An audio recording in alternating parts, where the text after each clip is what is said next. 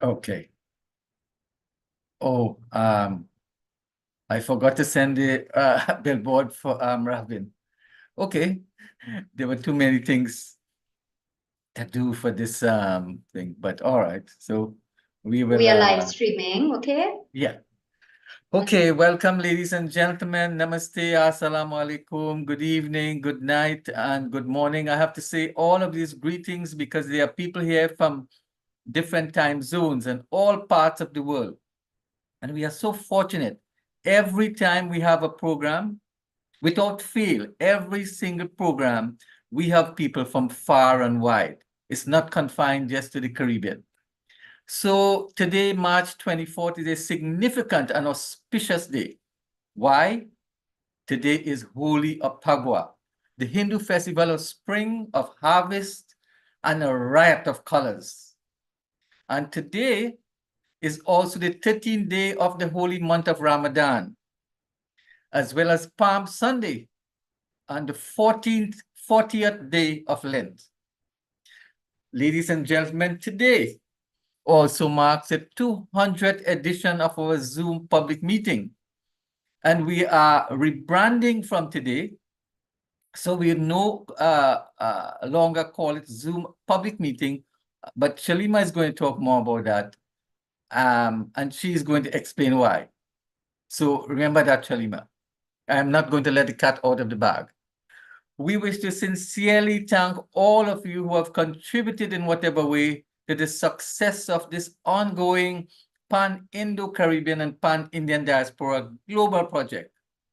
We thank you most sincerely for attending, even speaking, even giving us ideas and suggestions. We thank you. And those who have given donations, we thank you for your contribution over the years, going into 4 years now. And initially, we had envisioned that this program would be basically a Caribbean program, but circumstances changed. It was beyond our scope that people started to join from South Africa, Fiji, Mauritius, and they requested that we open up, and Shalima again is going to talk about the different time zones. And we had the initial program was set on a Sunday at 7:30. And so it is indeed a global project. So for 199 unbroken continuous weeks, we have been here every single Sunday, even on a day like today, which is holy, which is Pagwa.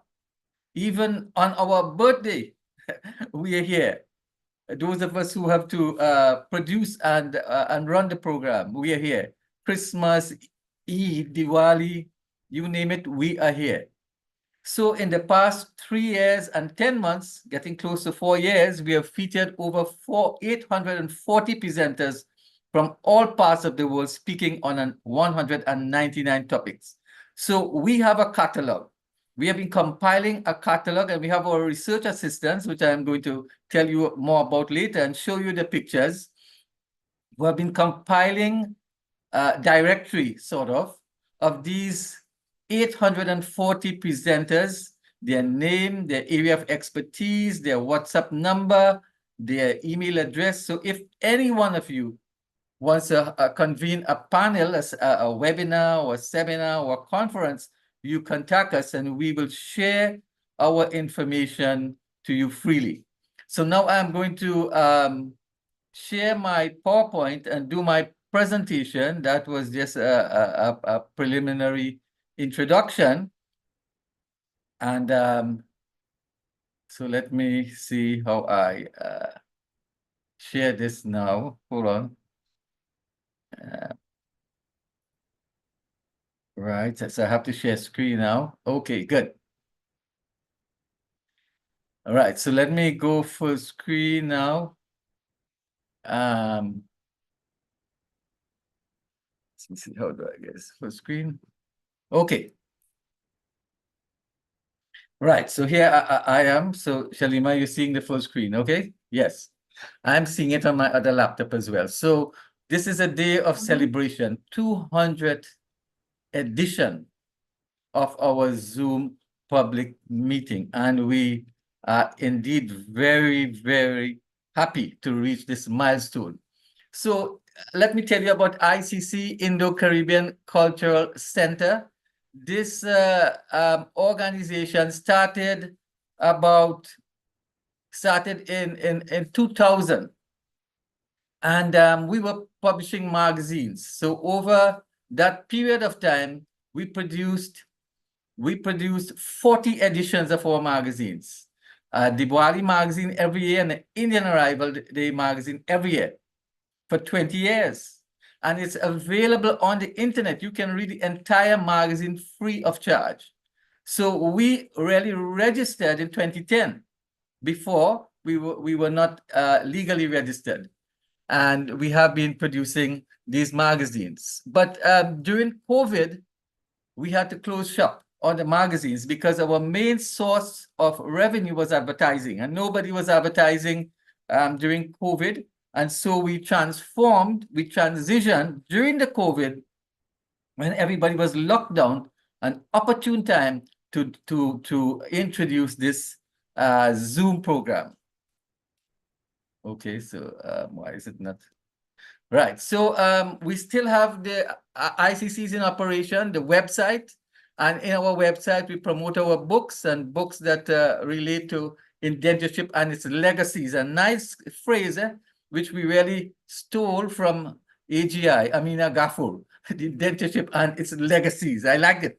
So we promote books that we publish. We are also a publishing company, and here they are. And in that website, the ICC website, we promote a lot of articles, right? And we also promote our own work. And we promote our programs, our weekly programs, on our ICC website. So here you see a sample of those promotional material. And all of you can go to our ICC website, Indo-Caribbean, and see past recordings. So those of you, anytime you are unavailable, you have to do something, then go to the website and you'll see the recordings. This is our first poster. And as you can see here, we have the date. So we put the date in big and we put the time. Initially, as I said before, we started only catering for the Western Hemisphere, people in Trinidad, Guyana, Suriname mainly, but those also who migrated to New York and Canada. But then there was an appeal, a request for us to change the time and broaden our scope and so on. And so you see here that we actually started to put more times. And even today, I got a request to put some more times, but you would have to do a kind of approximate calculation because we really cannot put all the times. The people who come to our Zoom meeting live, they come from 25 countries. We can't put 25 times. So we put, major time zones. It is our intention always to make this program inclusive. So we always try very hard to get a non-Indian in all our panels every week. And we try to get a female because we want gender equity, but it's not always possible. We don't always get that, but I want you to know that we do try every time. And we have partnered with the Amina Gafur Institute, which has been our main continuous supporter. And we really wish Amina Gafur, AGI, through the kindness of Dr. Dean, who is here and who is going to speak later on, we wish they could partner with us for every program, but it's not possible. They have budget constraints as well. And so we have to seek funding and get all the other sources of revenue. Okay, then, and this was the last 100th anniversary program. We took a different turn on May 22nd, and we celebrated the 100th edition of our Zoom program by highlighting Indian intellectuals, because you know, the main objective of this program is for the world out there to get to know us and see us and hear us, because we are invisible. We are invisible people, even in places like Trinidad, where we are the majority, and Guyana, where we are the majority, and Suriname. Just look at the advertisements, advertisements of products and services. You hardly see Indian, male or female, and you very rarely see an Indian male. So, and even today, I was in a webinar called Guyana Speaks, and they are referring to intellectuals in the Caribbean. And you hear about George Padmore and George Lamming and CLR James. You don't hear about a single Indian intellectual from the Caribbean. So we dedicated this 100th edition to showing the world that we do have intellectuals. You never hear in the discourses, in the narratives, in the grand narratives in the Caribbean, you never hear David Davidi's name. He is never in the grand narrative. And intellectuals like that, and Ravi Dev, and so many people who have been writing. But we are silenced. We are marginalized, sometimes erased. So I want to focus on last Sunday's webinar as a case study of what we do. This was last week. Many of you were present here, and you saw this. Indians in the French-speaking diaspora, Seychelles reunion, and Mauritius. So we were happy to have Amina Gafur Institute partner with us, and we had a nice panel and a nice showing. But I want to get into it to tell you more about what happens behind the scenes. And I want to tell you about the analytics. During that program, we had about 60 live participants like this on Zoom, but the recording, it's when I checked yesterday, it was 2,100 people who viewed the recording. So thousands of people view the recording. And that is understandable because people are busy. They have things to do on the, probably more important things to do on a Sunday afternoon like this. So they look at the recordings. And even though we get 60, look, we are now 72. I am looking at the chart underneath. We have 72 participants in this room. That is excellent, because I look at webinars, and generally webinars, which is an educational forum, which is intellectual in orientation, you hardly get this number. And you don't get this number consistently every week. Now, when you see a webinar like this that we run every week for almost going to 4 years, when you see a webinar with hundreds of people, they are usually students who have to attend because part of an assignment, or that is for marks. But you people here who are attending, kudos to you. Congratulations. You're not getting any marks for this. This is not for assignment. You are coming voluntarily, and that is good. It shows that you want knowledge. You want information. You want to be empowered. You want to network. And this is what we do in our program. So when we look at the analytics again, look at the impressions that we get. Big, a lot, 10,000. But what is important here, 98% of our viewers on YouTube, and I'm talking about YouTube alone, not the Zoom, because there are various platforms. We share our recordings through Facebook and Instagram and Messenger, various platforms. But 98% of the people who viewed our recordings recommended that the others view our program. Now, this is the external sharing. That is people who saw the link and shared the link, not from us, indirectly. And most of the people share the link and they view the program. I'll tell you about that later, through their phone, WhatsApp. Some of them search when they don't hear us, like today, Danraji, if you're here, Danraji said, where is the link for today's program? Right? We have people like that.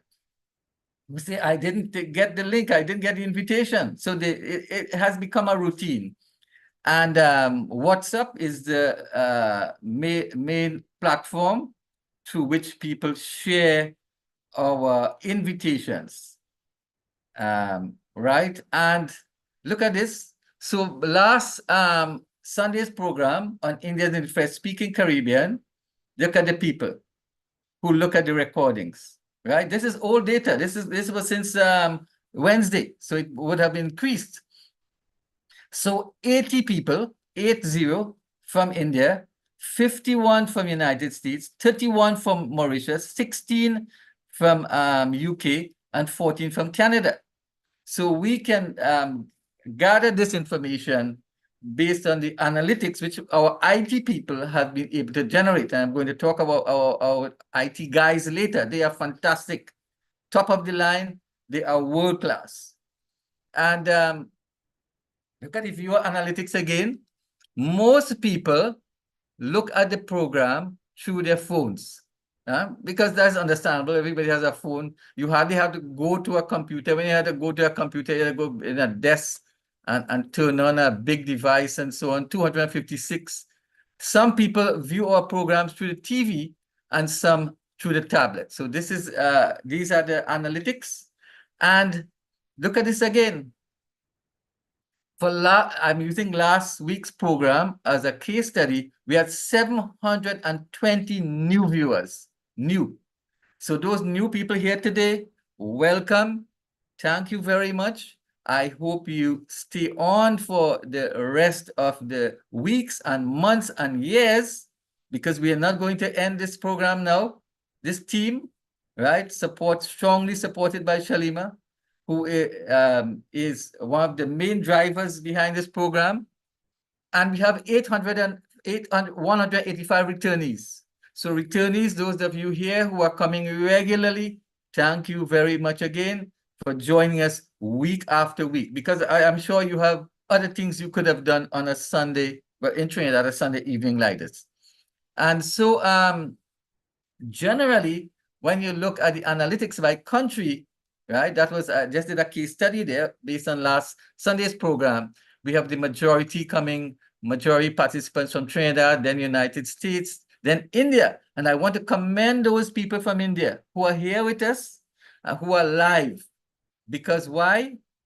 It's midnight, past midnight, and they stay up. They stay up to look at our program on Zoom live and contribute and ask questions and sometimes even present. And we have a following from South Africa, UK, Canada, Suriname, Belize, Australia, and as far as Netherlands. The Netherlands people, I guess they are migrants from Suriname. And those in Australia, I assume they are migrants who have moved from Fiji. So welcome and thank you. We really appreciate your attendance. And we have the analytics here to show every program, how many people attended. And when you look at this, you can see that most of our programs dealing with how to find your roots in India, those programs garner the most viewing. So this is a very fantastic educational resource for schools and teaching and so on. And you can get most of our recordings on our YouTube channel. Just type Indo-Caribbean Cultural Center videos and it's there on YouTube. And we still have our Facebook page, right? And earlier, we would have live stream on Facebook, but you see, you have to have an account to look at our program live. So we transitioned from Facebook to YouTube. And YouTube is more respectable and so on in any case. But the earlier recordings are there in Facebook. So you can go there and get the earlier recording. Right. So these are the chairpersons and moderators. And we have Shalima now. as moderator and Shakira as the chairperson, and Shalima is doing a fantastic job. Great. We have had full of praises for her.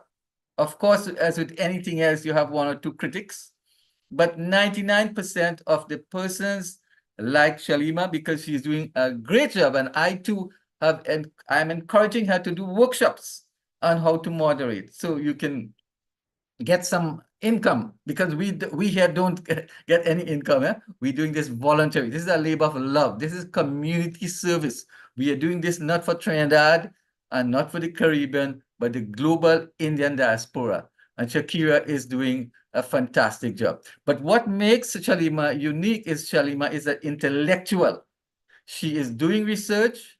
She's writing papers for peer-reviewed journals, and she's presenting papers at conferences in Suriname, about 3 times in India. And recently she gave a talk at the British Parliament. Imagine that. Wow, that is fantastic. British Parliament in England last year. And at the same time, she was invited by Keshavi and others at the Aga Khan Center in England. So she's going places and she's young. So there's a lot of places for her to go. And when both of them are occupied or either one, they have some engagement, they're not well or some emergency, we call upon Shobi, who is from England, originally from Guyana, and Amanda. And we call upon all of these others. We had, before that, we had Bindu as a chairperson. Bindu did a fantastic job to bring the program up to this level. And then we had Charlene, who comes from time and time again. And we have others who sometimes deputize. But I'm going to talk more about this later. And this is where the technical team is, right? The technical and research team. We have Amit. Amit, who is on the left here, he designs the background, that virtual background, and he uploads, he's in charge of our website, the Indo-Caribbean website. So to do promotional material and all of that, he's there. And then a few months ago, we had hired Navin. So Navin and this lady you're seeing in the yellow box here, right? A Hare Krishna devotee. Judith, they work every day for us, every day, right? So you see our expenditure. And there is one person missing here, Zisha, who photo is not there. 3 of them work every day for us. So there's a lot going on before this live program and a lot going on after the live program.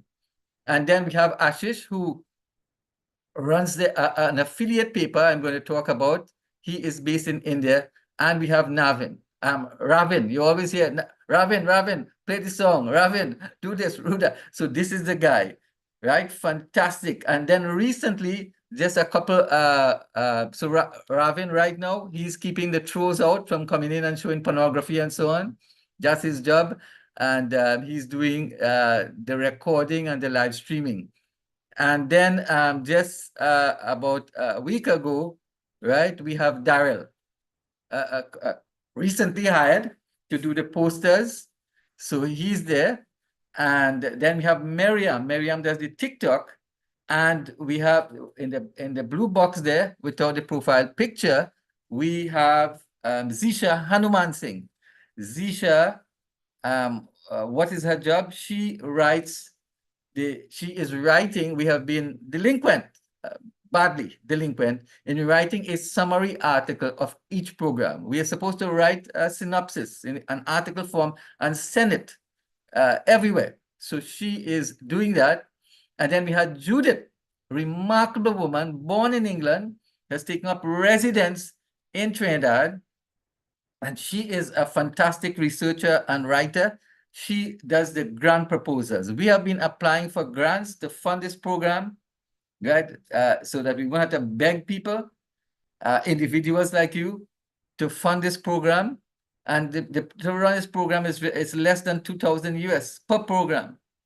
So Judith writes the grant proposals, and believe it, we have written the Commonwealth Foundation, not even an acknowledgement. United Nations, not even acknowledgement. We write a number of local, regional, and international organizations for a little money, nothing.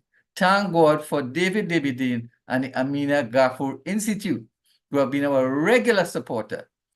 Judith has just prepared a grant proposal to the Ministry Sport and Culture Fund of the government of Trinidad and Tobago to fund 5 programs for the Indian Arrival Day, Indian Heritage Month in May. When we asked for $6,000, which is less than $1,000 US, they give us half. But imagine they gave $147 million for Carnival. $147 million for Carnival. So you see the institutionalized discrimination. You see the racism. It's there. It's there. But it's institutional. Where $147 million for Carnival to promote lewdness and so on. They do not even give $7 million for Diwali or Eid or Indian Arrival Day, but 147. Of course, they would have their own arguments, but we can do an entire program on that.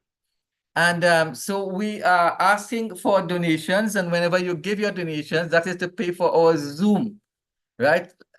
Subscription, because we run this. It's not free. We have to pay for it every year. So we need contributions. And Sandy, Ravin does that. We don't have the time to send out all these email addresses, send the invitation through all these email addresses. So we have a program here that he has configured and uploaded and so on. And this is the program that sends out the invitations for us. And then Bluehost, this is the website, the name and so on. Domain name, we have to pay for that, and we have to renew that every year. And digital, right? High-speed internet, especially when we are sharing videos. We don't want our videos to be patchy, to be staggering and so on. We want it to be fluent and strong bandwidth. So we need the money to pay for this high-speed internet. And Amazon, of course, we have laptops, and we have to increase our storage capacity on our devices. And we have bought devices, cameras and so on, and speakers, so that we want to go outdoor rather than stay in a studio as we are doing now. So we can cover more events. And then TikTok, that's where Marianne comes in every week, every program. We do TikTok videos, but Daryl is advising us on how to improve it so we'll get a wider reach. And so we have our affiliate newspaper. We contribute financially to this, to the upkeep and to the maintenance of this paper.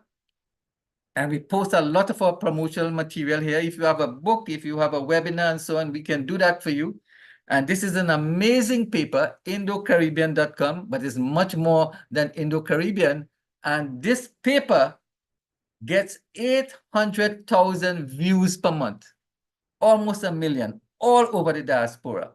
So Ashish runs that, based in India, and we communicate with him. And this is where Zisha and others come in. They do the summary article. So it is our intention, we have been delinquent, to write an article, but we are catching up, to write an article based on every program. And this is one we did on Brinzi Samaru, and it was published by Daily Express. Now the media, I can do a whole program on institutionalized discrimination. This is the 200th edition of our program, and not a single newspaper in Trinidad and Tobago has featured what we do here. So this is one compared to nothing in the other newspapers, Express, Guardian newspaper, TV, radio, and they call themselves national. They call themselves national. But for them, Indians do not exist. If physiology, if you look Indian, well, okay. But if you do something, if you are in a talk about carnival, pan, steel band, calypso, right, they'll publish that. But anything relating to Indian culture, Indo-Caribbean culture, you are not going to get published, not get visibility. So this was published in the Express, and we want to do a lot like this. When we do our summary articles, we send to, as I said, local, regional, and international newspapers. And the international newspapers do carry it.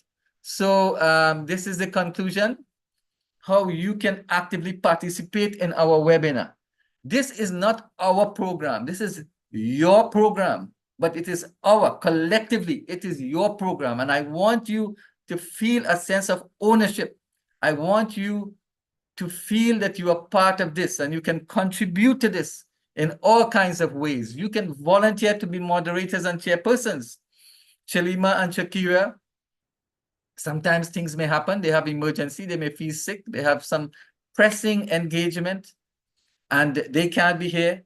So we call upon Shobi and others and Amanda and others. Sometimes I can't find anybody because this is a commitment. This is a commitment that they have taken and we have to commend them, right? Because, you know, Sunday evening, as in Trinidad, is nap time. People have told me, frankly, this is the time they have to sleep. This is family time, right? So this is beach time. They go out and have some cook and so on. You can hardly get people who are consistently committed to sacrifice almost everything and to moderate and chair and every week. So you can contribute in these ways. You can also, if you're a performer, we have a musical contingent, a component in this program, song, music, dance, right? Send us your piece and we will play it as interludes. And we need IT specialists also. We have a fantastic team. They are world-class. They are best at what they do. But we need more social media marketing to get out there. That's why we're working on the TikTok. Now, you can also contribute by sharing contacts. Organize a panel. Organize speakers. Just tell us, and we will give it free. This is free. We are not charging you. So in the coming weeks, we have gotten a request from Dr. Gabrielle Hussein from UE, and she says she has a panel of speakers, and the topic is on plants, the legacy of botanicals in the Indian diaspora. So we are so grateful for her. We don't have to go searching for panelists, searching for speakers. And again, you can become a part of this series, this webinar, this program. Tell us who we can collaborate with, like we have Amina, Gafur, who we can write, who we can send a proposal to. We have detailed proposal with budget and everything. Timeline, mission, vision, statement, and everything. And tell us who, and we have Judith. Judith is going to do the writing. And you can participate. This is our webinar. This is your webinar. This is ours. This is we won, as we would say in Trinidad. Forward our invitations to your networks. All of you have networks and encourage them to join. So we are not charging for this program. We don't get paid. We are not in this for money. This is a labor of love. This is free public education that we are giving. And a lot of webinars you have to pay. Even conferences, you have to pay registration fee, subscription fee, right? But we have expenses, which I have itemized. So thank you all for donating, right? Thank you, so many of you, Ashok being the latest one, and Brenda, thank you very much. Your money will be spent wisely. Okay, so this is it. So now I am going to get off my PowerPoint here and introduce a song. So, ladies and gentlemen, in keeping with the spirit of auspiciousness on this momentous day, let us play a holy or Pagua song. And Ravin is going to play that song now. So, Ravin, go ahead.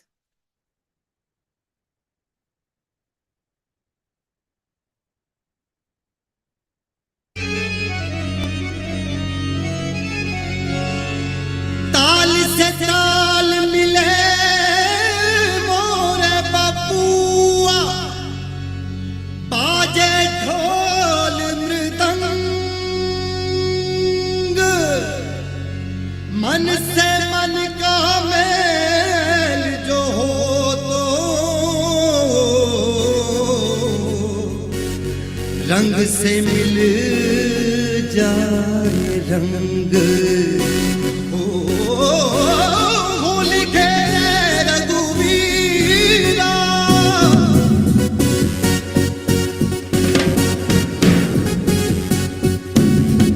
होरी खेले रघुवीरा यवत में होरी खेले रघुवीरा होली खेले रघुवीरा यवत में होली खेले रघुवीरा अरे होरी खेले रघुवीरा यवत में होरी खेले रघुवीरा होली खेले रघुवीरा यवत में होली खेले रघुवीरा हिल मिल आवे लोग लुगाई हिल मिल आवे लोग लुगाई हिल मिल आवे लोग लुगाई भाई महारान में धीरा यवत में होरी खेले रघुवीरा अरे होरी खेले रघुवीरा यवत में होरी खेले रघुवीरा या होरी खेले रघुवीरा यवत में होरी खेले रघुवीरा अरे होरी खेले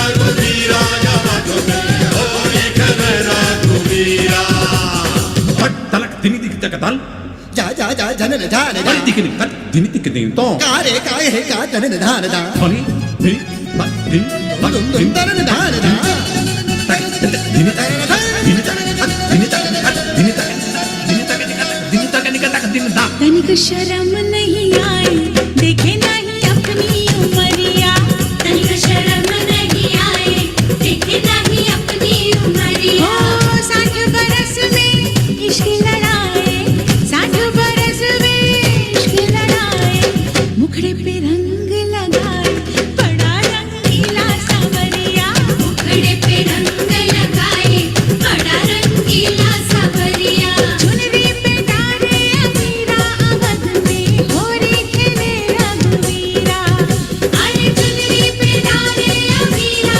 अवध में होरी खेले रघुवीरा अरे होली खेले रघुवीरा यवत में होली खेले रघुवीरा हिल मिल आवे लोग लुगाई भाई महलन में भीरा यवत में होरी खेले रघुवीरा अरे होरी खेले रघुवीरा यवत में होरी खेले Thank you very much, Ravin. So, ladies and gentlemen, let me introduce Shalima Mohammed, who is going to take over the program from here. She is the co-director and moderator of this ICC program. So,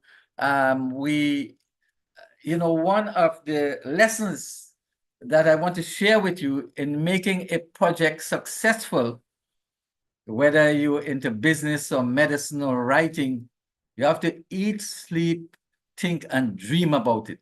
And this is what we do. Every day, we discuss this program, Shalima and I. So Shalima has a master's degree in business psychology, which is a rare field. So business people out there, Shalima is a person to do your consultation because she analyzes how people think, business people and consumers. And she has the rare distinction of being an invited speaker, invited to speak on the topic of reparations and decolonization at the House of Lords in the British Parliament in England last year. Shalima, it is my pleasure to welcome you. Thank you so much, Dr. Mahaber, and thank you for that excellent introduction, and thank you so much for that excellent overview of the our weekly program. Assalamu alaikum, everyone. Namaste, and a very warm welcome to all of you. Thank you again for choosing to be here with us, irrespective of the time zone from which you come. Today's public meeting will take the unusual form of a celebratory panel presentation, and we hope you've had enough meat, enough information there from Dr. Mahaber, at least about some of the things that we have going on in the background and so on. We should be here for about 2 hours, and as you know, we're recording live so that you'll be able to see the video later on YouTube. We are also live streaming on YouTube at this time. So welcome to all of you on YouTube, and thank you for being here. Rabin Ram Singh, our IT manager, has muted everyone, and you will be allowed an opportunity to make your comments, ask questions if you have any during the at the end of the program. At this point, I would like to invite you, though, if you feel the need to ask a question or to make a comment, I invite you now to raise your electronic hands. We just want to keep note of how many people would like to say something so that we can adjust our presentations accordingly to give you ample time to speak. As Dr. Mahabir said before, this celebration of the 200th edition of our ICC weekly program is really your program, and this is your time to also participate. So I just want to share a little bit of information with you, and I hope I won't take as much time as he has, but I'm sure that you'll appreciate the information that he did indeed share. So let me just share my screen with you. And I hope you also enjoy that lovely dance item. That's from Trinidad and Tobago. Those are children who are keeping the culture alive. Let me see if I can get this into slideshow.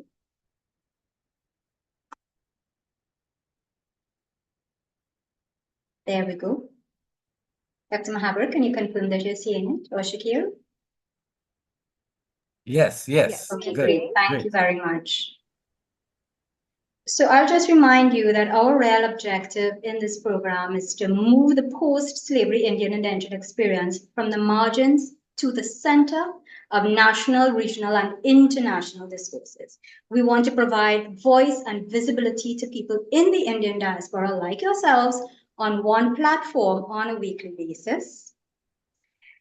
And in order to do so, what we've done is we've actually created topics which we hope everyone can appreciate, and we have speakers for in the program. So out of these topics, we've actually gotten a wonderful compliment from several people, but Gabrielle Hussein said this is research gold. We didn't realize that what we'd been providing via topics such as the native Indians in the Americas, are they related to Asian Indians, or even topics such as Indians in international pageants in the diaspora, testimonies of COVID-19 survivors, and so on. We didn't realize that this was such an educational resource until she would have pointed that out. And so we reflect on all of your comments. We also think that we should have enough information out there so that when people are generally having conversations, they can speak from a point of knowledge from simply attending our programs and hearing our speakers from various countries talk about the things that are common to all of us. We also want to make sure that we edify those people in our midst who have done special things by way of their profession or by way of committing themselves to study, such as history professor Brijlal. We held an entire program on him, unfortunately, at the time of his passing, as we did with Professor Brinsley Samaru. We highlighted Dr. Yesu Prasad of Guyana, unfortunately as well, when he passed. Janet Jagan, we spoke about her life and legacy, but after she had passed. And this is one of the reasons why we had chosen to do the Living Legends program, because we want to honor, we want to edify those of you who are working assiduously to bring to the fore information about Indians and who are alive at this point in time. So what motivates us to come every single week? Well, there's an extrinsic motivation and intrinsic motivation. And your critiques, your compliments, and your criticisms are extrinsic forms of motivation for us. We've actually accepted your compliments, and we've done some proactive rebranding. So some of you all may be very familiar with coming to the beginning of the program when there were actually no backgrounds at all. Everyone would have been using something that they pulled off of Google. So I'm asking, which 100 are you very familiar with? And how will you tell which 100 editions you are familiar with is by looking at our posters. We've changed the image, we've changed the name of the program. You can see the image behind each of us speakers. But we wanted to create a different identity for the ICC brand. In the first 100, you would have seen the one on the left. And we were actually told by someone that it looked as if we were operating in a chicken coop. Well, he may have been right. So we upgraded that and we added some loban to the chicken coop and some lota. So it was still a little bit too dark and not well appreciated. And maybe it would not have connected us with some of the participants that we wanted to from various demographics. And Shakira will talk a bit more about that. So we chose to innovate. And what you see now gives you much more information about how you can contact us. So every new participant who comes in will clearly see how they can get in touch with us via telephone. Everybody's using WhatsApp as Dr. Mahaber outlined, and then you can also get in touch with us via email. We took your critiques as well, and we sought to get perspectives from across the diaspora.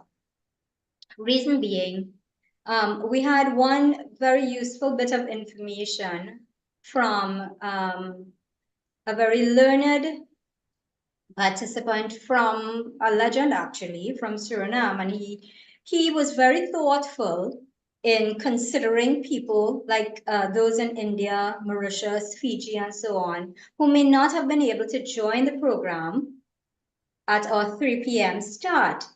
So he suggested to us that we change the time. Now, that had been a common criticism. However, we chose to deal with it by soliciting your views. And so we submitted a survey via email and via WhatsApp, which we had hoped would generate a lot of information. So we asked people whether they were satisfied with the current time and date of the program. And if it is that they were not, we allowed them to choose different options which were more convenient. Unfortunately, the responses were rather low, and there could have been several reasons for that. But we got 68 responses. And we can see here that the majority of persons felt that the current time was appropriate for them. But there's a large category who did not appreciate that specific time. People from England, for example, and a few responses again, just 6 persons responded, thought on Sunday, 7 p.m. to 9 p.m., and that would have been UK time. So if we assess that, these 6 persons, or maybe 3, really wanted us to run the program at a time when it would have been midnight here for us presenters. And as Dr. Mahaber said, we all work full-time. We are doing this program on a voluntary basis. So while we really would like to facilitate everyone's request, it is a little bit difficult to do so. The South Africa time as well, only 3 people responded from South Africa, and they would have also liked it to be later. Mauritius, we would have liked more people from Mauritius to respond, and from Fiji. We got 2 from Mauritius and 2 from Fiji. One wanted it on Sunday at 9 p.m. and one wanted it on Sunday at 1 a.m. Very difficult times for us. In India as well, the time that people preferred would have been 2:30 a.m. to 5:30 a.m. for us. So almost impossible to run the program at that time.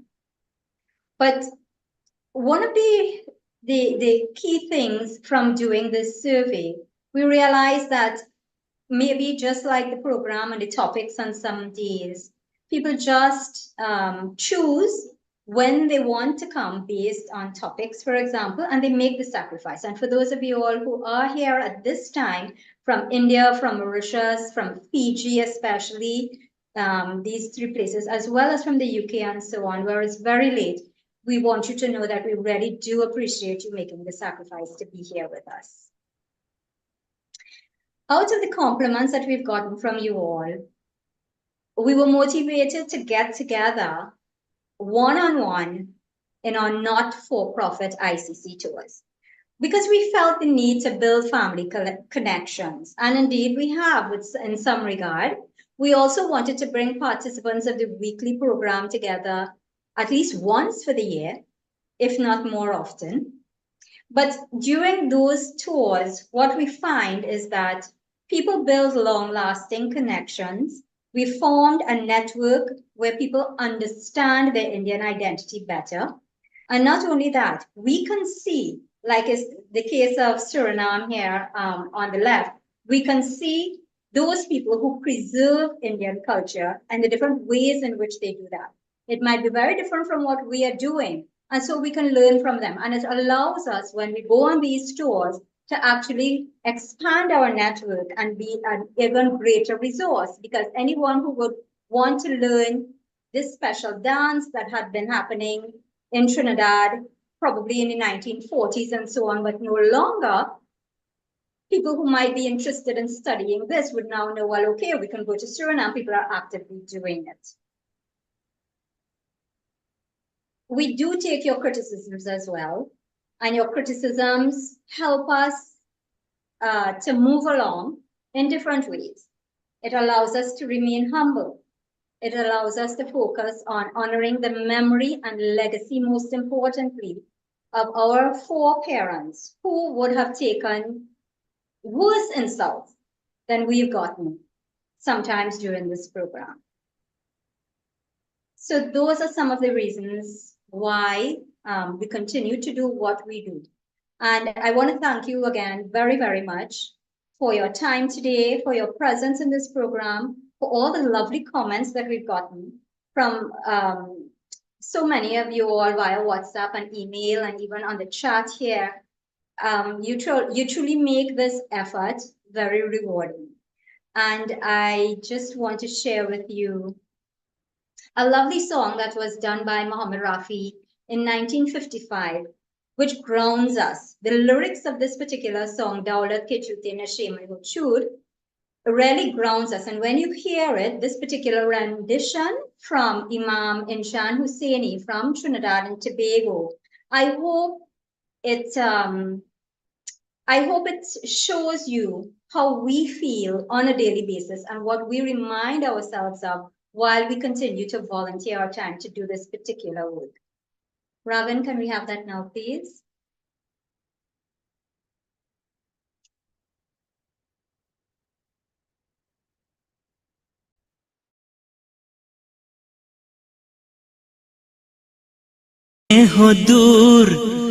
Don't be falsely intoxicated by wealth. गरीबों की दुनिया से रहते हो दूर. Rather, live a simple life amongst the poor. अजी एक दिन ऐसा आएगा, for surely a day would come, जब माटी में सब मिल जाएगा, when we all would be placed in the bowels of the earth. Mati hi oran, we would be lying on dirt. Mati bichawan, dirt would be our cover. Mati ka tan ban jayega, our bodies would become dirt. Mati mein sab mil jayega, we would all become dirt. Daulat ke jhute nashe mein ho dur. Don't be falsely intoxicated by wealth. ऊंच आसमान तेरी ऊंच तेरी आस है. Our stature and wealth would give us a false sense of importance. पर कभी सोचा नहीं, but you have not given thought to. जिनती की तेरी सांस है, how much breath you have in your life. इश्क तू हिसाब कर. For this reason we must go slowly. Ungota ungliyon pe dhar and see what destiny has written for us. Kitni parsi kar raha bhalai mein, and do as much good as we can. Kitni tu laga raha burai mein, and cease doing wrong. भलाई का पल रह जाएगा, we would surely reap the fruits of our deeds. बागी माटी में सब मिल जाएगा, and then we would become dust. दौलत के झूठे नशे में हो दूर. Don't be falsely intoxicated by wealth. ऊंची हवेली ये ऊंचे महल, these grand mansions and palaces, पल भर में जाएंगे पगले बदल, would surely change us as humans. ले तू किसी की दुआओं का पल, please pray and remember. ले तू किसी की दुआओं का फल, बदे से तू टल और नेकी पे चल. That we ought to do good and forbid wrong. जैसा गोएगा ऐसा पाएगा. Remember, whatever we sow, that we shall reap. बागी माटी में सब मिल जाएगा. We must always be conscious that we have to go to the bowels of the earth. दौलत के झूठे नशे में हो दूर, गरीबों की दुनिया से रहते हो दूर. हाजी एक दिन ऐसा आएगा जब माटी में सब मिल जाएगा. माटी ही ओरन माटी बिछावन, माटी का तन बन जाएगा. माटी में सब मिल जाएगा. ऊंच आसमान तेरी ऊंच तेरी आस है, पर कभी सोचा नहीं जिनटी की तेरी सास है. इश्क तू हिसाब कर उंगोता उंगलियों पे धर, कितनी परसी कर रहा भलाई में, कितनी तू लगा रहा बुराई में. भलाई का पल रह जाएगा, बागी माटी में सब मिल जाएगा. दौलत के झूठे नशे में हो दूर, ऊंची हवेली ये ऊंचे महल. हाँ, ऊंची हवेली ये ऊंचे महल, पल भर में जाएंगे पगले बदल. ले तू किसी की दुआओं का पल, ले तू किसी की दुआओं का पल, बदे से तू टल और नेकी पे चल. जैसा गोएगा ऐसा पाएगा, बागी माटी में सब मिल जाएगा. दौलत के झूठे नशे में हो दूर, गरीबों की दुनिया से रहते हो दूर. हाजी एक दिन ऐसा आएगा जब माटी में सब मिल जाएगा. आह माटी में सब मिल जाएगा, आह माटी में सब मिल जाएगा. Thank you so much, Ravan. A wonderful rendition there without the accompaniment of musical instruments. So, the English translation that Imam Husseini gave embellished this very unique masterpiece. And the album was a collaboration between deceased music promoter Ajit Prem Singh, who's a national icon. This was in 2013. So what it shows really is the kind of unity that exists in Trinidad and Tobago between Indians who are irrespective of religion. And that's something that we want to promote on this program. You all will find that very often we don't have specifically religious topics, but religion is a part of our culture, and therefore we do speak to it, but we are looking at how religion actually has been used by people in the Indian diaspora to either come together in unity or to separate. So during the indentureship experience of our great-grandparents and great-great-great-grandparents and so on, I don't think they allowed it to come between them, and there's no reason why religion should divide us either. At this point, ladies and gentlemen, I want to thank you very much for listening to us thus far, and I want to bring on our third speaker. This is Professor David Davidi. He's the director of the Amina Gafur Institute for the Study of Indentureship and its Legacies. He's an honorary fellow at Cambridge University and Professor Emeritus at the University of Warwick. Welcome, Professor Davidi. You can go ahead. Thank you. Thank you, Shalima. This, I think, is the 53rd joint webinar that the Amina Gafur Institute has had with the ICC. And I must say, the work that you're doing is staggering. And I'm absolutely grateful for the efforts that you've put in. Yourself, Kumar, Bindu, Duk Innath, Ravin Ramsing, and the team. And I'm sure we'll get to 300 soon. I'd like to dedicate my little talk to 5 or 6 minutes to Briklal and Brinsley Samaru, who introduced me to the subject of Indo-Caribbean studies. And also, I'd like to acknowledge my friend Michael Mitchell and Evan Prasad, who have always been supportive of the work that we do. And of course, more recently, Mohammed Keshavji from the Aga Khan Foundation. The Amina Gafur Institute was set up in March 2020, which was the very month that there was lockdown in Britain because of COVID. But in spite of that, we managed to negotiate with the Pluto Educational Trust to be one of their entities. We felt under the Pluto Educational Trust because it's a registered British charity which has to report annually to the charity commissioners by law. And therefore, all our paperwork, all our accounts have to be in order. We set up an academic advisory board of 35 scholars worldwide, artists and scholars worldwide. And of course, if any academic wishes to join that board, they just have to write to myself.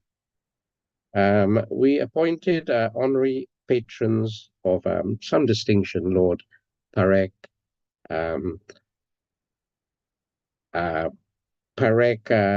Kaltoraboli, Professor Uma Mestri, who is Mahatma Gandhi's great-granddaughter, and David Olasuga, who is Britain's leading Black public intellectual, and others. Patricia Rodney, Walter Rodney's widow, honorary patron, and most recently Clive Myrie, who is probably the most popular Black newsreader in Britain. We have a very good team of honorary patrons. We set up a website which is fairly detailed on indentureship. I wouldn't go into that. You can just watch it yourself. AminaGafurInstitute.org. And that website contains the most comprehensive bibliography on indentureship anywhere in the world, and that's largely the work of Dr. Maria Calladine. Dr. Maria Calladine, but also others. Lynn Macedo especially. Then we set up a journal of indentureship and its legacies, which again is the very first such journal in existence, and that's edited by Maria Calladine, Professor Ammar Wahab, and myself, and Maria will say more about that. And then we created formal partnerships with the University of Cambridge, Bonn University in Germany, Paderborn University in Germany, Sunway University in Malaysia, and now negotiations with universities in India, Pakistan, and Bangladesh.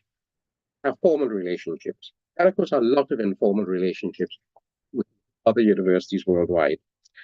And lastly, we set up a governing board for the Amina Gafur Institute, which consists of people like Roger van Zwonningberg from the Pluto Educational Trust. And I'm really grateful and happy to acknowledge the work of Eve Kanram, who is our administrator. Now, briefly, our educational program. The most important part of our work is with Cambridge University, moving the subject of indentureship from the margins to the center. The Amina Gafur Institute raised enough money to fund 5 visiting fellowships in indentureship studies at the University of Cambridge, where scholars can come for up to 8 weeks to work in a particular project. And the first fellowship was last year, and that was Professor Gayatri Bahadur, who wrote that wonderful book, Cookie Woman. And this year, I'm happy to say it will be Professor Uma Mestri from South Africa, emeritus from the University of Western Cape, who is Mahatma Gandhi's great-granddaughter. And that's magnificent. And you may know that Cambridge was pioneered the ending of indentureship through the work of C.F. Andrews, who was a fellow at Pembroke College, Cambridge, and Mahatma Gandhi's right-hand man. And C.F. Andrews, of course, was sent to Fiji, Mauritius, Guyana, Trinidad, and South Africa to report an indentureship, which was the basis of Gandhi's agitation for the ending of the system. Now, what we've done in Cambridge as well is we've raised £100,000 to have a permanent annual lecture on indentureship, a permanent annual lecture on indentureship. And recently we also helped set up 2 lectures on V.S. Naipaul. The first one was on the 12th of this month, and the next one will be next year. And we've also been working to make indentureship permanent. And these posts at Cambridge, by the way, are the very first in any university worldwide. But to make indentureship studies permanent in Cambridge, we are now embarked upon raising £3.4 million to create an endowment. As you will imagine, that is an uphill task, but we will get there. So that's some of the educational activities we do. With regard to publications, we've worked with the Pluto Educational Trust to set up a series with Manchester University Press called Global Icons. And the first book was written by Shashi Tharoor, India's leading Indian public intellectual, who wrote a book on Dr. Ambedkar. And when Dr. Tharoor came to Cambridge to give a lecture in that book, and the lecture was put on the website, on the YouTube. It has now received 930,000 views. 930,000 views, which apparently is the largest audience in the recorded history of the University of Cambridge. Of course, Maria Calladine has worked with me rather than me working with Maria Calladine. We worked together to publish a couple of books. One called We Mark Your Memory, which is writings from the indentureship diaspora, and another called The Other Windrush, which was an attempt to say that Indians, Trinidadians, and Guyanese also were on that boat. And Dr. Lynn Macedo and I have just finished a book called Children of Indentureship, which will be published later this year. And all of this, by the way, is done in honor of Amina Gafur. Because you will know that Amina, apart from being one of the major philanthropists in Guyana, doing work in the medical area, is also one of our leading art activists, one of our distinguished writers, literary scholar, and above all, well, not above all, but also she published an arts journal called The Arts Journal, containing literary but also artistic material. And she did that for 14 years. She commissioned articles, she edited them, she copy edited them, she sent them out for peer review. She then published the journal, and then she distributed the journal, and then she paid for it. It's an astonishing feat of literary and artistic activity Amina Gafur was engaged in. And for that reason, we wanted to honor her by naming the institute Amina Gafur. Finally, let me say something about the films that we do.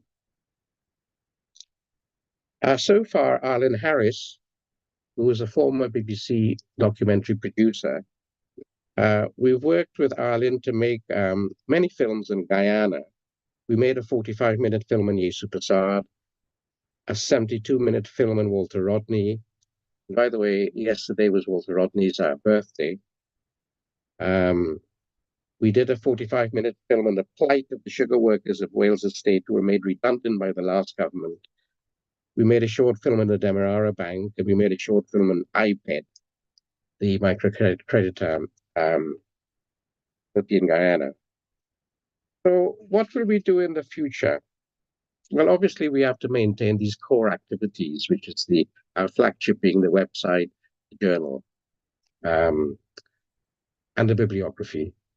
But we want to now move to addressing, now that we've addressed the academic community, we want to address the young people who are 16 to 18 years of age. So we plan to produce about 10 booklets, inspired by Walter Rodney's booklets on children. He wrote 2 books, Kofi out of Africa and Lakshmi out of India. We want to produce booklets for children, aged 16 to 18. We will put on our website. But as importantly, we want to make 10 or 11 or 12 short films, maybe 10 minutes, 15 minutes each, on indentureship and its legacies. So we're not just concerned about history, what happened in the 19th century Boers children.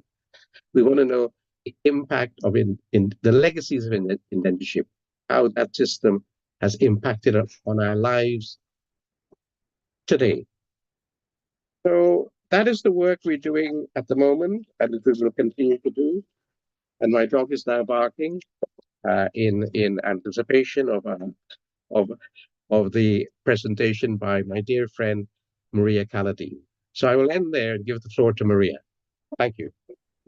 Thank you And very much. I'll let the dog out now. Hold on. Okay. Yeah, out. Right. Okay, so we know the challenges with pets. Yeah, thank you very much, Professor Dabadine. Let's bring on Dr. Maria del Pilar Calladine. She's the co-editor of the Journal of Indentureship and its Legacies, and a fellow of the Institute of Commonwealth Studies at the University of London. Her focus is generally on indentureship in Guyana. Welcome, Maria. Go ahead, please. Thank you so much. So I'm going to share screen with you now, if that's okay. Sure. Fantastic. Well, it's visible to us. Yeah, thank you so much. Well, thanks for having me here today to talk about the work of the Journal for the Study of Indentureship and its Legacies. My name is Maria del Pilar Calladine. I'm an Associate Fellow at the Institute of Commonwealth Studies, which is part of the University of London. I'm also one of the editors of the Journal for the Study of Indentureship and its Legacies, and it's in that capacity that David's asked me to speak to you for 5 minutes or so about our work. So the journal is edited by myself, David, and Professor Amar Wahab, who is a fabulous academic. He's at the University of York, which is in Toronto. The journal was founded by Professor Dabadine in 2019, and we published our first issue in 2021. I am really proud to be one of the editors of the journal, and I am exceptionally proud of the 2 issues that were edited by my colleague, Professor Amar Wahab. They focused on gender and sexuality and hosted some of what have been our most read articles. Our covers have featured artwork by some outstanding artists like Renluka Maharaj, Sansincha Mohini Simpson, and Shalini Siriram. The most important thing that I want to say about our journal, the only academic journal to focus solely on the study of indentureship, is that it is open access. What this means is that anyone, anywhere with access to the internet is able to read and download articles by leading scholars in the field without needing an institutional affiliation or an individual paid subscription. And when I say leading scholars in the field, I really mean that. It's been our privilege to publish work by two outstanding academics that we have sadly lost recently, and those are Professors Bridge Lau and Brinsley Samaru.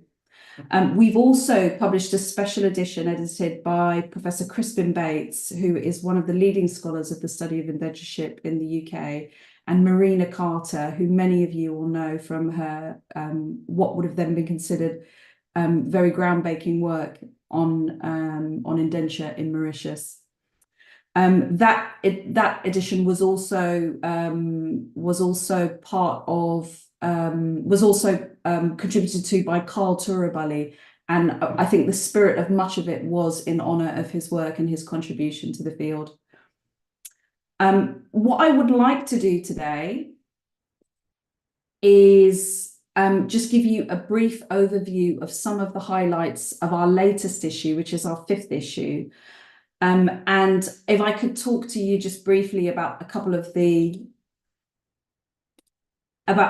pieces there. I want in particular to focus on a piece of life writing by the Malaysian author Anita Sundaraj called Foothills Estate Was a Lovely Place. This was a very generous piece because Anita shared many images from her personal archive with us. And I really encourage you to go online and delve into her story, because I feel it will strike a chord with many descendants of indenture from across the diaspora. I personally, for me, I love the way that it allowed room for the voices of her antecedents, and in particular her father, so that the reader feels they're with them speaking throughout. Doug Munro, the Australian scholar, many of you will be familiar with his work on indentureship, has written another wonderful article, The Apprentice and the Sorcerer, which traces the pedagogical relationship between Kenneth Gillan and Professor Bridge Lau. We also have interviews with the Singapore-based artist Priyagita Dia and Guyana-born artist Suchitra Matai. And for those of you who aren't familiar with Priyagita's work, it's transdisciplinary and offers a counter-archive to the history of indenture. The article includes a number of images from her work, and we're really grateful to her for permission to publish those. We consistently, as part of our journal, our offering is two issues a year. We consistently feature book reviews, and in this edition we have reviews of Love the Dark Days by Ira Mathur, Contradictory Indianness by Atriyi Fukan, and Chinese Indentured Labour in the Dutch West Indies by Gregor Benton. In terms of publishing with us,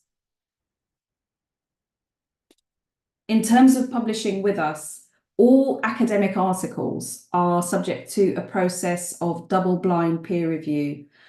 Interviews, live writing, book reviews are dealt with by us, the 3 editors.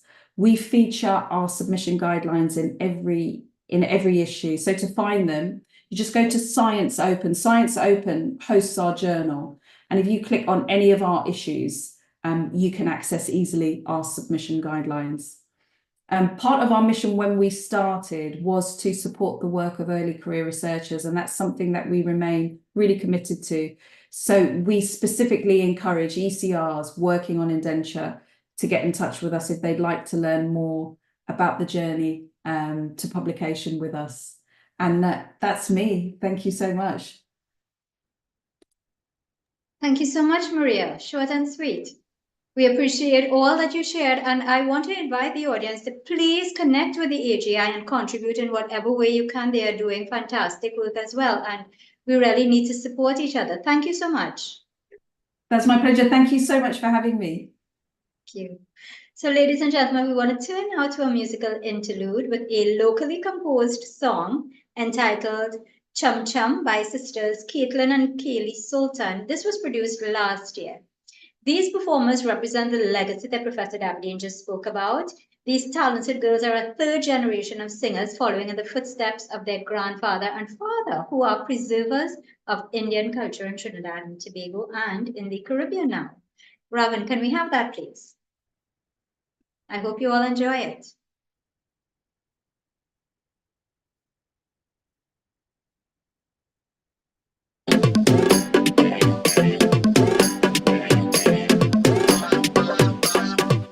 जुल्फ से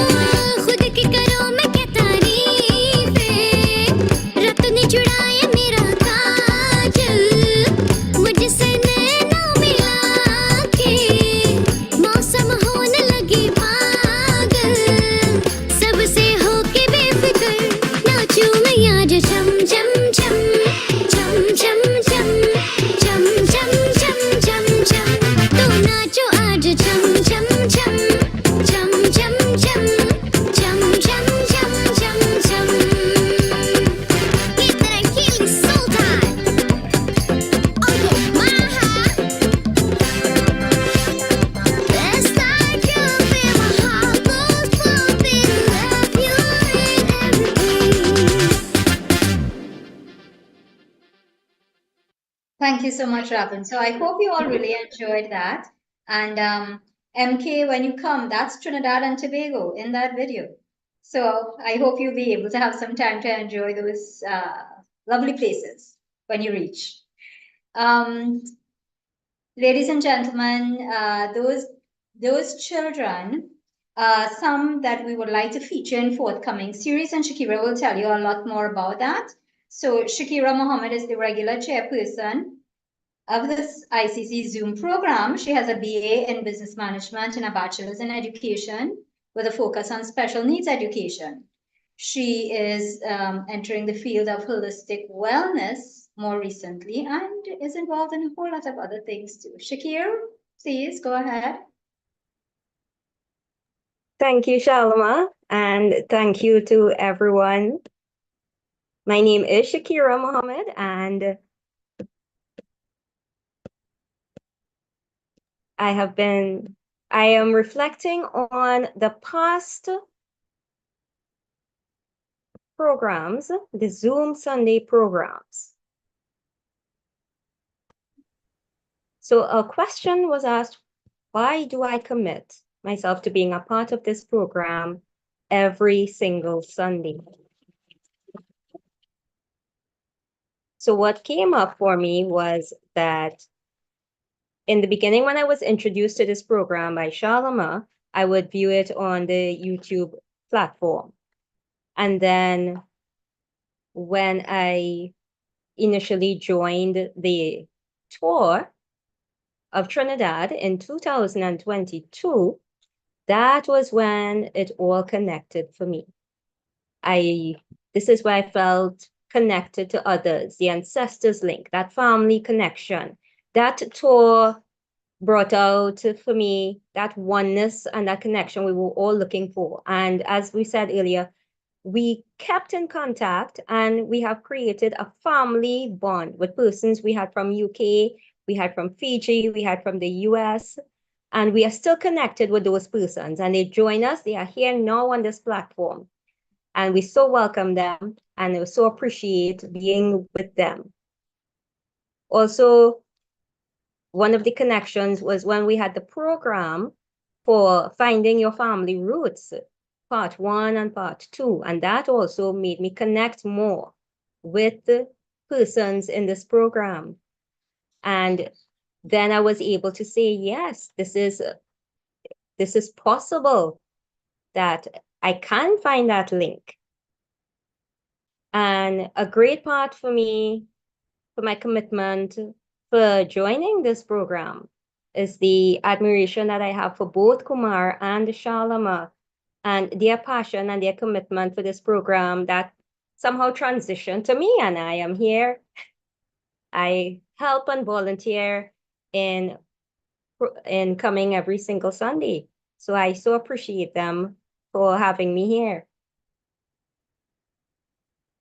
So I mentioned earlier finding my family roots, and this has impacted me as we found this information, and Uncle Sham, I think he's here on the program also today.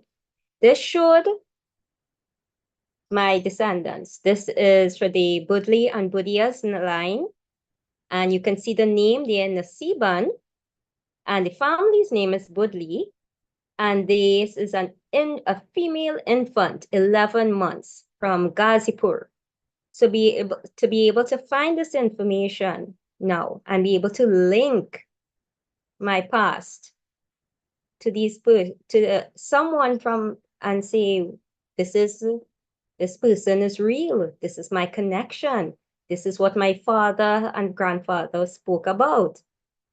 So being a part of this all linked me to this program, and some of the stories I've heard on this program with persons in their family life, their businesses, moving from one country to another.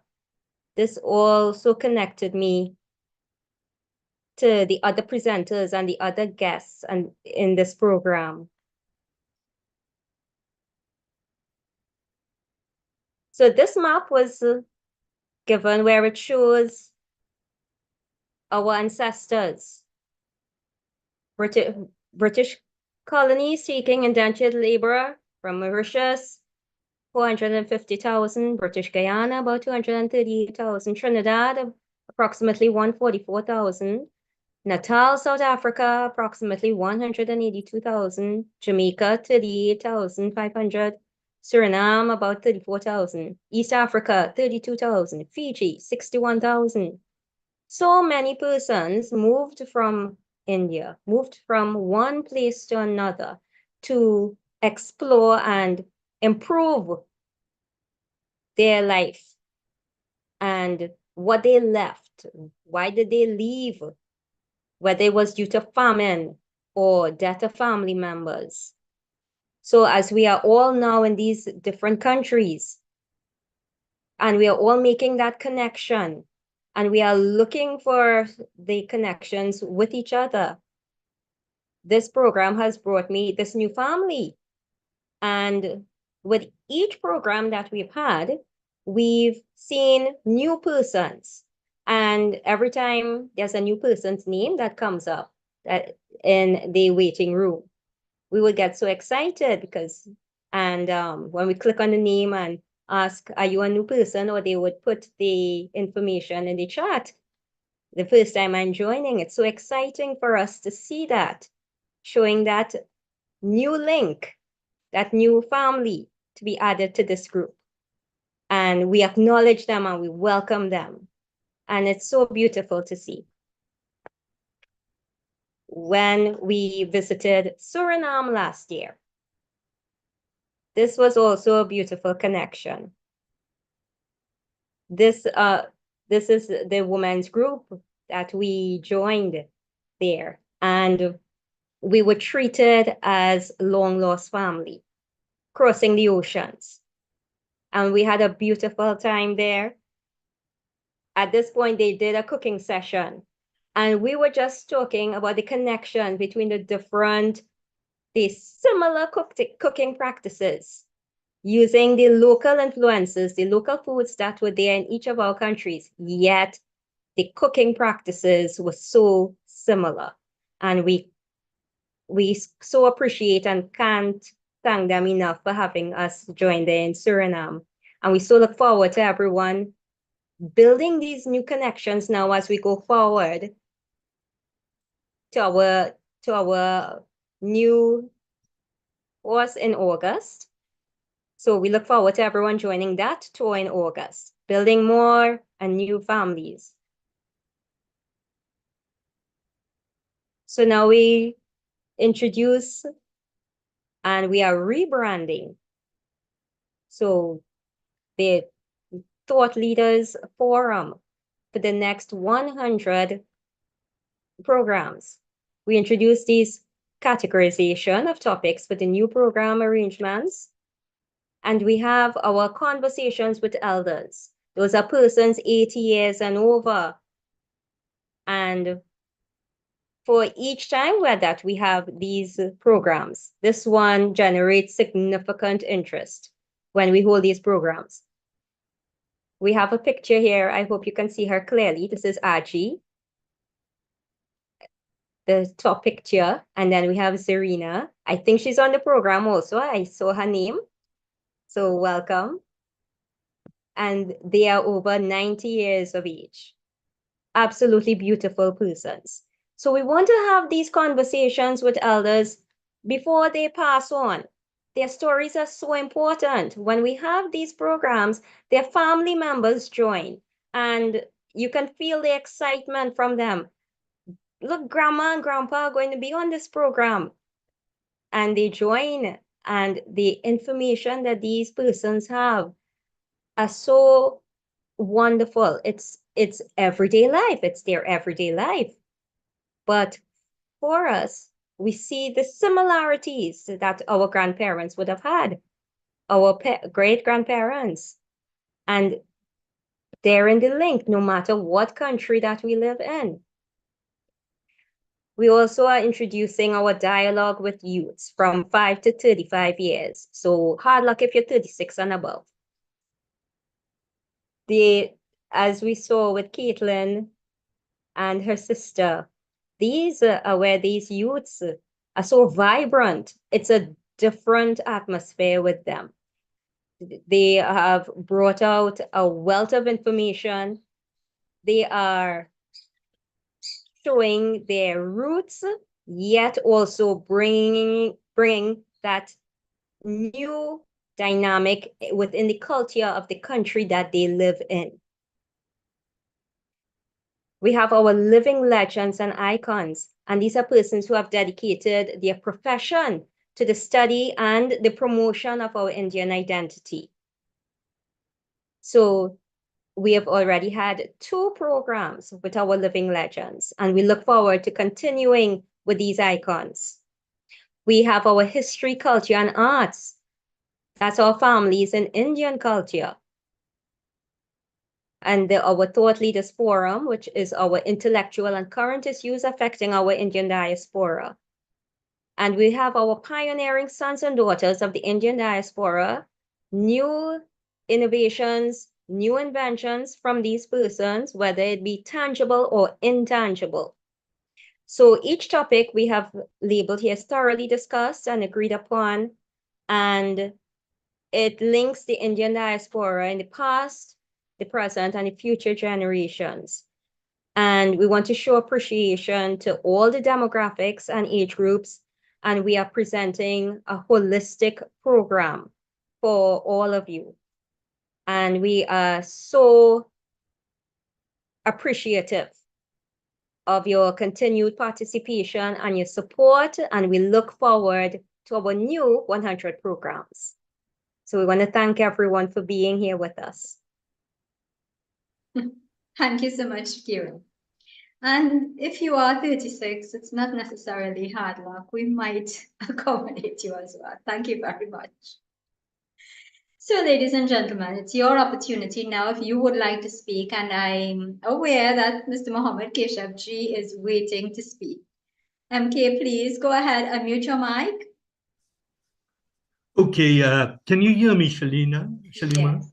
Yeah. Yes. Thank you very, very much. I just wanted to say very few words, but I hope it will be significant.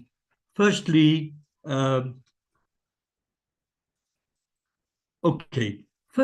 would like to compliment coming from Africa and being very much a part of the diasporic framework in that country for 50 years. I must say that how enriched I feel that you people in the Caribbean have been doing so much work in trying to connect people from the diaspora in a very meaningful way. I think that's a lot that we can learn in Africa from your work. And incidentally, there are people in Natal like Ashwin Shah, people like Devi Mudli. There are quite a few people. It would be wonderful to ensure that there are greater linkages going forward with your next 100 weeks. Two things that I would like to really be very involved in your fascinating forward vision. One is your Thought Leaders Forum, the intellectual and current issues affecting the Indian diaspora. I think that would be very fascinating to bring in more people, and I myself would be very much like to be engaged in that process. And the second thing is the pioneering sons and daughters of the Indian diaspora in terms of innovation and inventions. And I think this would be a beautiful bridging process by keeping our heritage on the one hand, and certainly the creativity of the new generation. So we create the bridge between the present elder people whose voices you have so beautifully captured, and the new people who are looking for that vision that they can get from these voices. So I would be very happy to see whatever bridges we can build.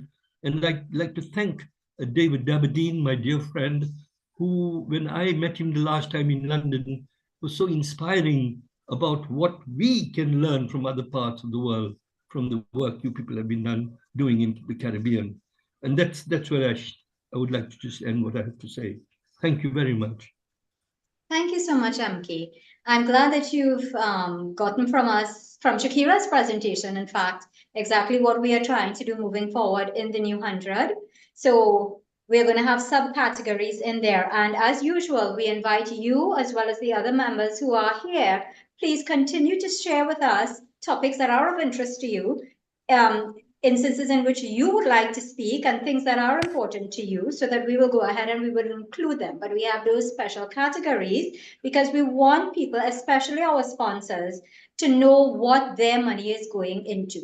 If they have a preference for a particular topic or category, they can certainly let us know. And like Gabriel Hussein has done recently, and others have done in the past, you as well, MK, you all would have recommended speakers for different topics. And we have interesting things coming next week, which Shakira will tell you about after.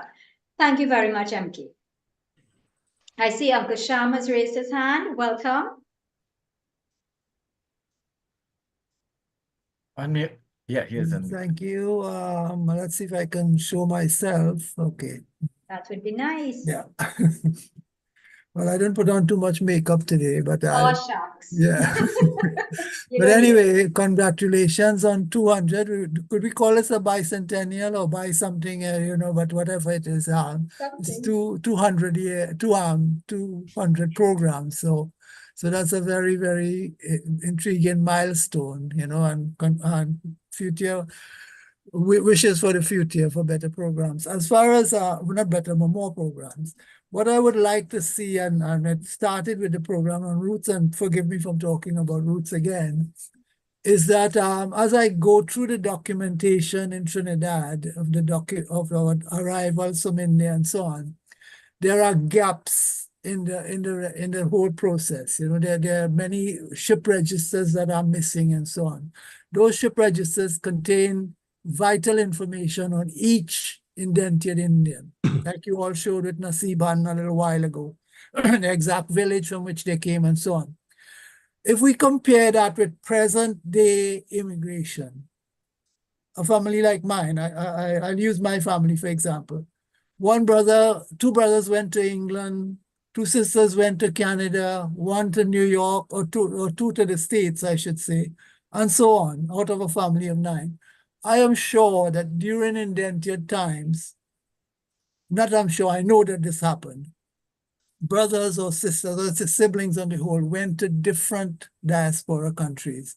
Why I'm making that point is that for the missing documents, for those missing ship registers, if and when we could complete the whole diaspora database, we'll be able to see that a certain father's name is listed for a certain village in India for approximately the same time that your ancestor arrived in Trinidad.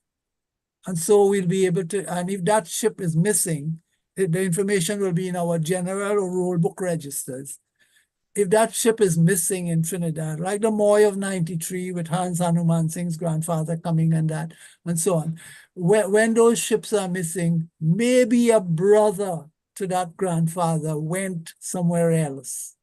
And that it's hardly likely that his document will be missing also, if you follow what I mean. So that's one way. The second way is that some people made more than one trip to Indentia. Some would have gone to Fiji and then come to Trinidad, or vice versa, or for any other colony at the time. The information, again, should not be missing in the two places. It might be missing in one. Those who came on the Moy of 93 or the Maine of 96 and so on, that information might be missing in Trinidad. But if that person went somewhere else, I doubt that we will face that same disadvantage somewhere else. So when the whole document database is completed, I'm hoping that all those gaps will be filled. And a program like yours, it should be the impetus, should be the foundation for where it all starts. Thank you very much, and congratulations. Thank you so much. Thank you so much, Uncle Sham.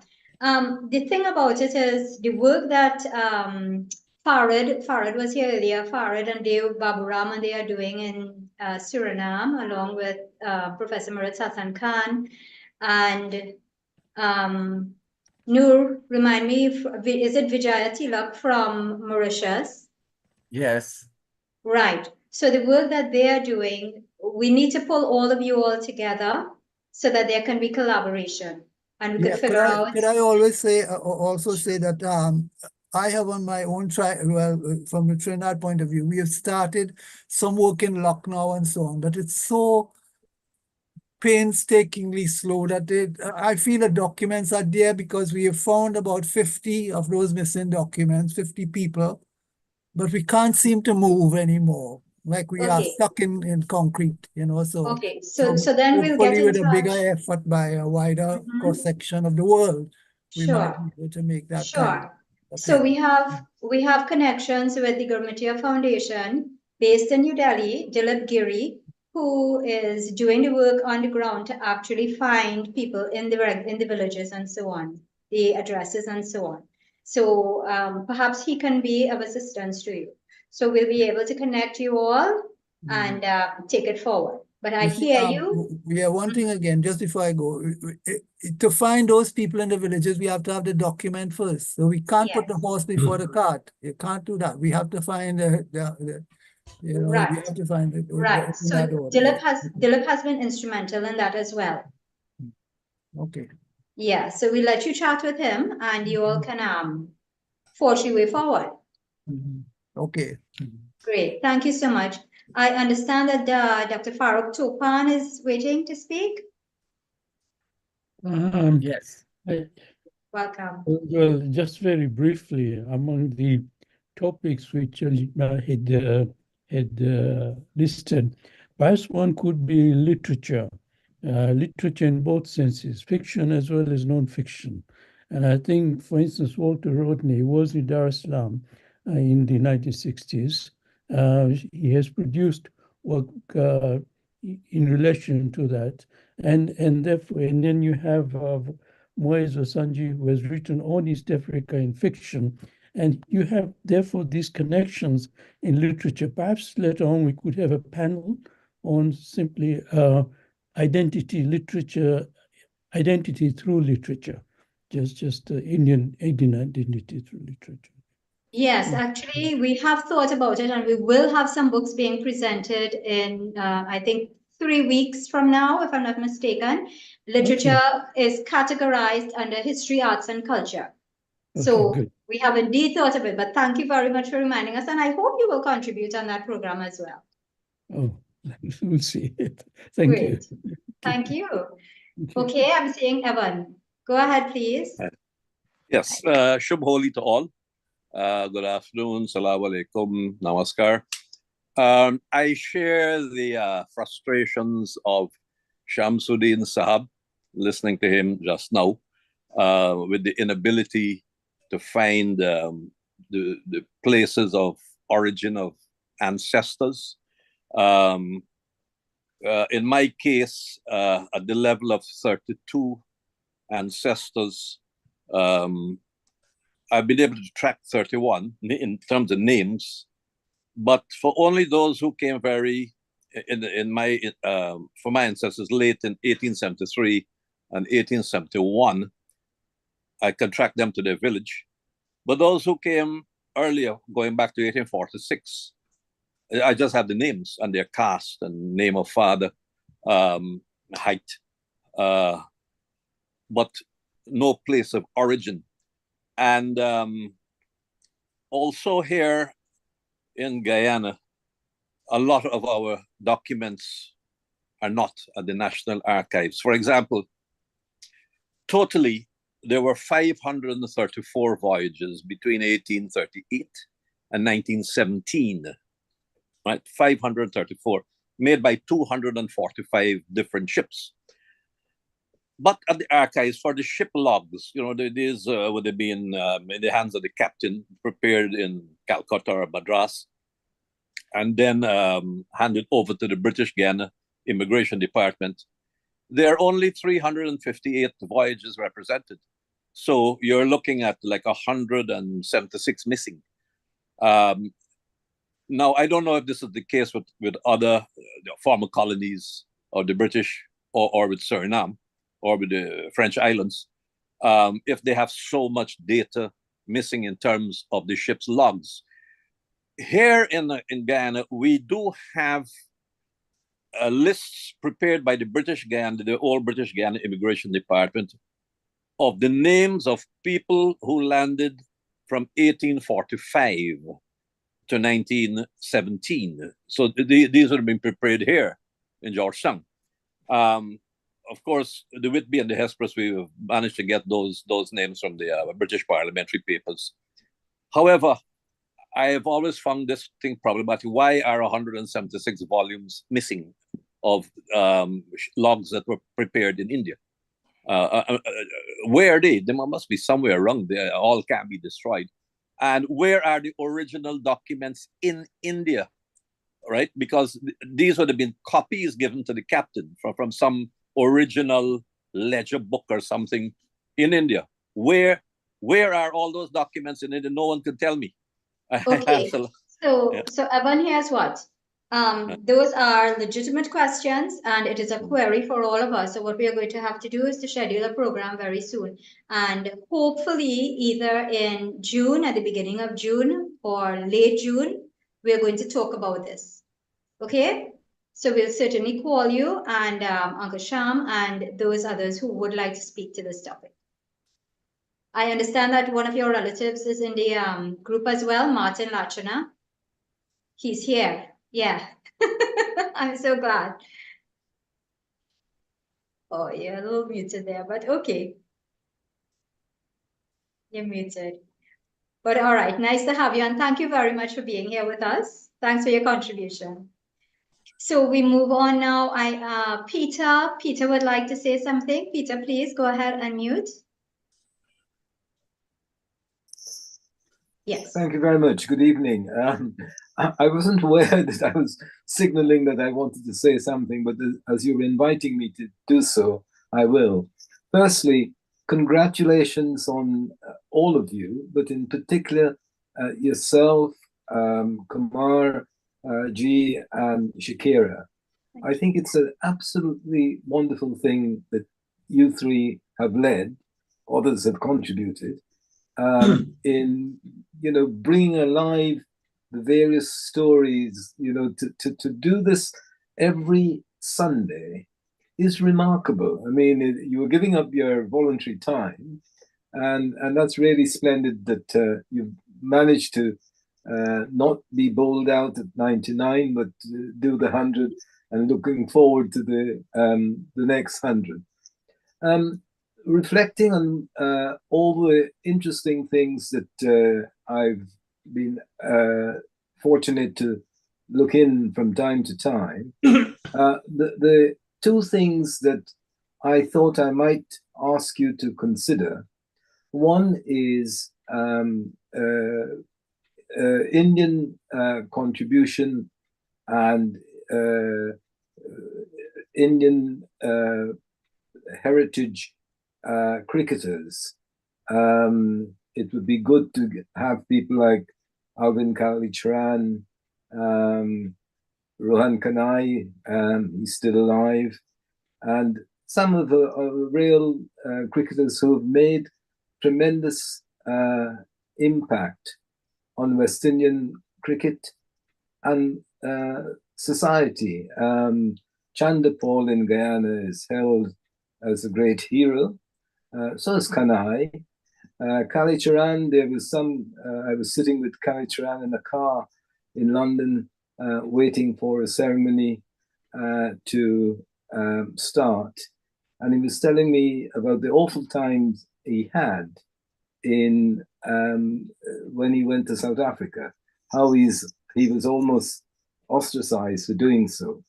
So cricketers from the Caribbean who have contributed around the world would be one subject which might be worthy of exploring.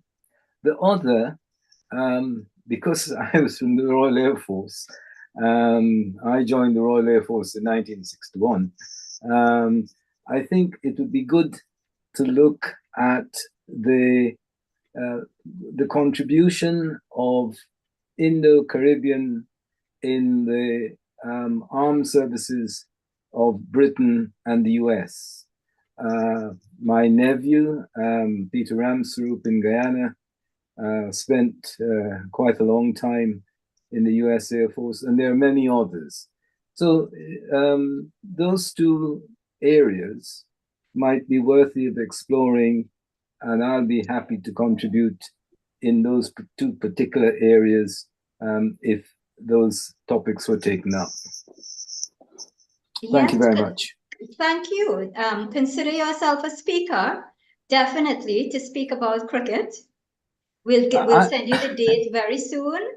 Again, you're probably looking at July. All right.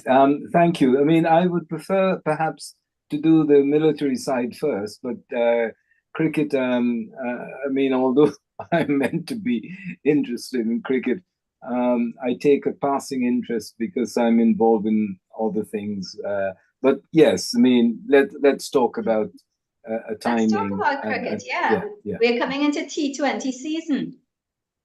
Yes. At that time of the year, yeah. So we want to hear from you all who would have been involved in Test cricket or who would have known the players who were there in Test cricket. And now we have T20 that has replaced it basically. And we see again the generational gap. So we might want to have some people speak as well from the younger generation to talk about their interest in T20 as opposed to the Test cricket.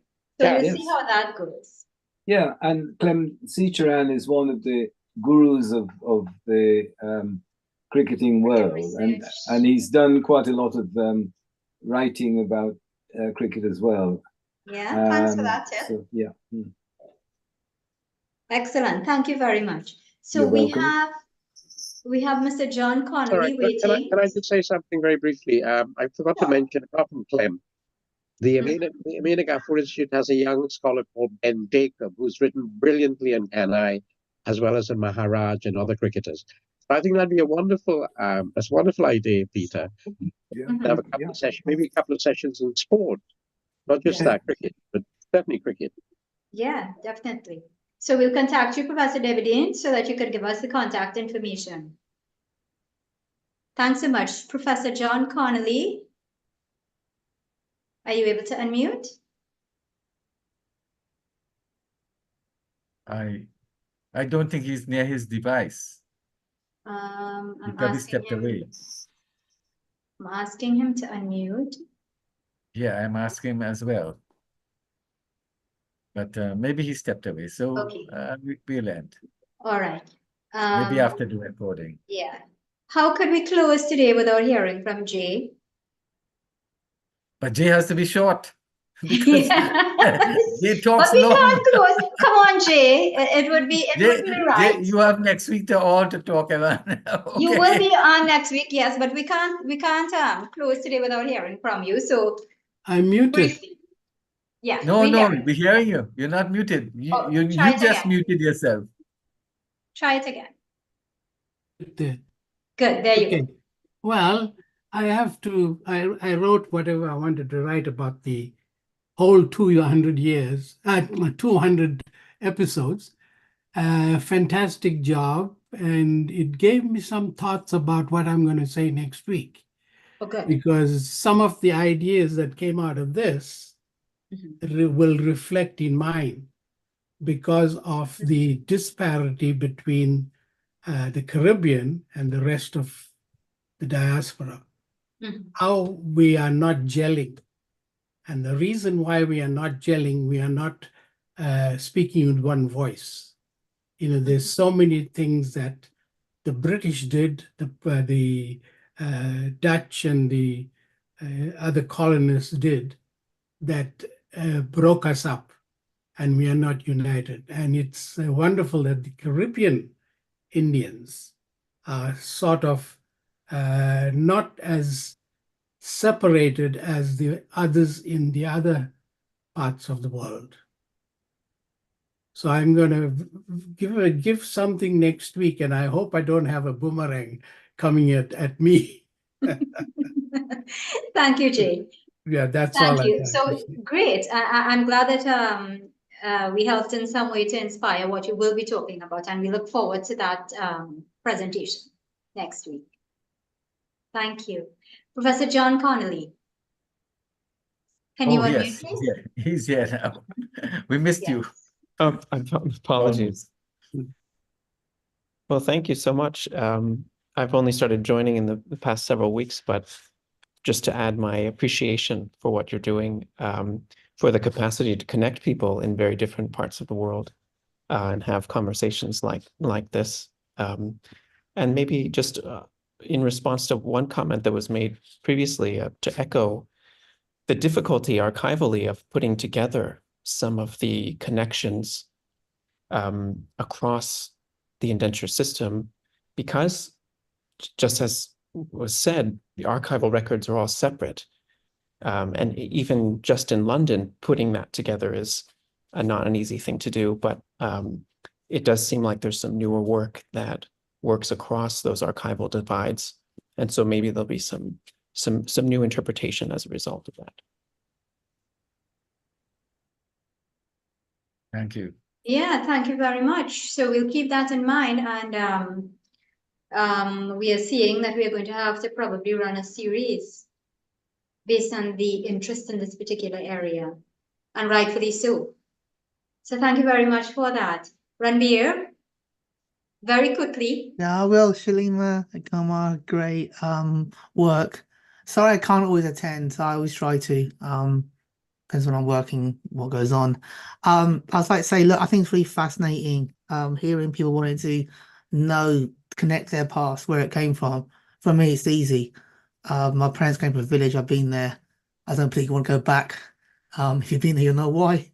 My wife just look at a passport stamp, but it is incredible. People are still trying to find their roots, and think, I don't know how I can help, but obviously, I think we need to really change the narrative, and that's what we're doing, and that's how things change. You started, it doesn't happen by themselves. Well, when we look back, we'll be making history, and it's really a privilege to be invited to be a part of this. So thank you so much. Thank you. We appreciate it. So, ladies and gentlemen, we're wrapping up today's program. I want to thank you all very much for your participation over the last 200, and we look forward to the next 100. That's it from me, Shalima Mohammed, and I will turn you all over now to the chair, Shakira. Thank you, Shalima, and thank you all for taking the time to participate and to attend. And as we've said earlier, this public meeting is being hosted by the Indo-Caribbean Cultural Center and the Amina Gafur Institute for the Study of Indentureship and its Legacies, led by Professor David Davidine. And you can feel free to contact the ICC to publish your reports and your books. And remember that we are kindly asking you to give us your suggestions as well as volunteer and donations, and you can contact Dr. Mahabir for details. Thank you again to the advisory and planning team led by Dr. Kumar Mahabir, to our IT manager behind the scenes, Ravan Ram Singh, who has been recording the program and will upload it to our website and to YouTube permanently for posterity, and to Miriam Mohammed for producing our TikTok videos.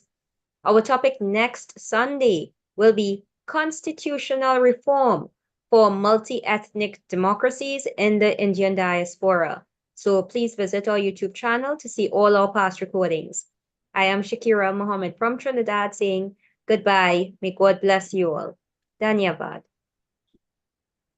Thank you all for being here, and some of you every single week. This is marvelous, because you check webinars everywhere. I attend about 2 or 3, sometimes 3, sometimes 1 every day. The webinars, except for school, there's 20 people, sometimes 12. So we are doing good. Thanks to you for making this a success. Okay, Shalima?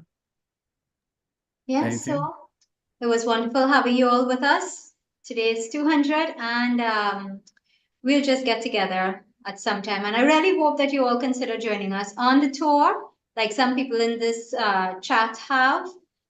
We really would like to get together, because the conversations that we can have over 2 hours are never ending. When you sit down, I mean, Uncle Sham came and he swung the entire conversation into what really is important to us.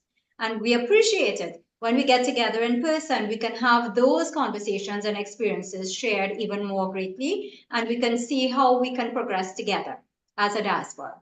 Thank you all. Enjoy your week, and we look forward to seeing you all next week.